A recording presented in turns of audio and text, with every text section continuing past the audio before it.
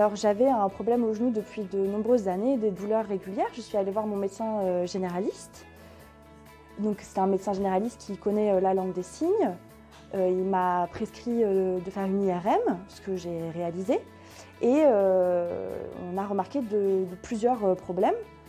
Et on m'a conseillé donc on m'a adressé auprès du docteur Chemama à la clinique de l'Union.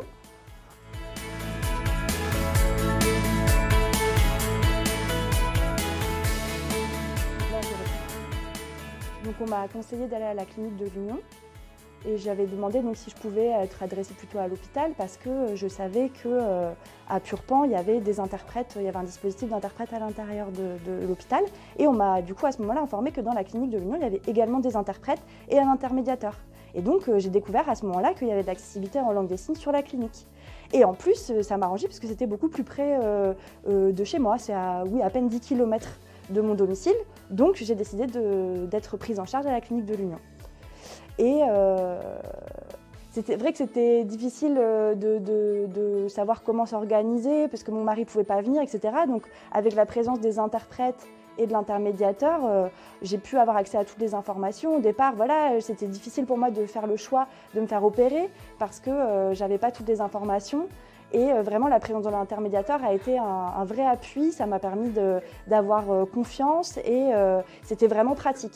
Donc voilà, c'est pour ça que j'ai fait le choix de la clinique de l'Union. Et puis après, là, j'ai une prise en charge de kinésithérapie. Voilà.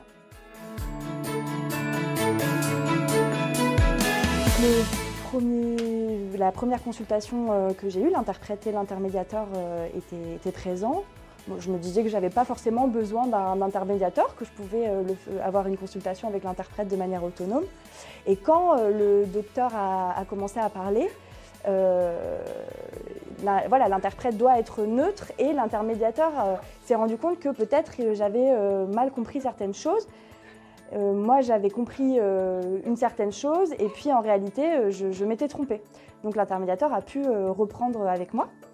Et après, lors de la chirurgie, le lendemain, donc après mon réveil, j'étais vraiment, l'anesthésie générale m'avait fortement impactée. J'étais un peu perdue, on m'expliquait des choses que je ne comprenais pas forcément bien.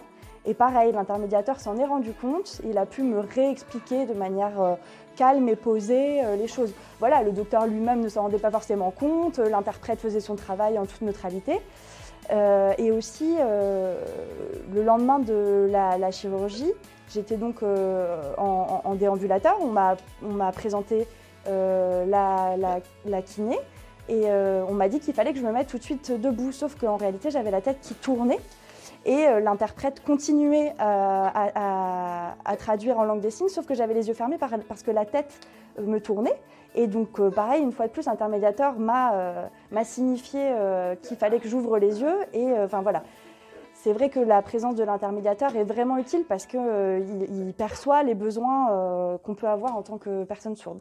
Et là, actuellement, voilà, ça dépend, je me sens parfois en forme, parfois c'est encore difficile, mais vraiment la présence de l'interprète et de l'intermédiateur sont nécessaires et c'est très utile.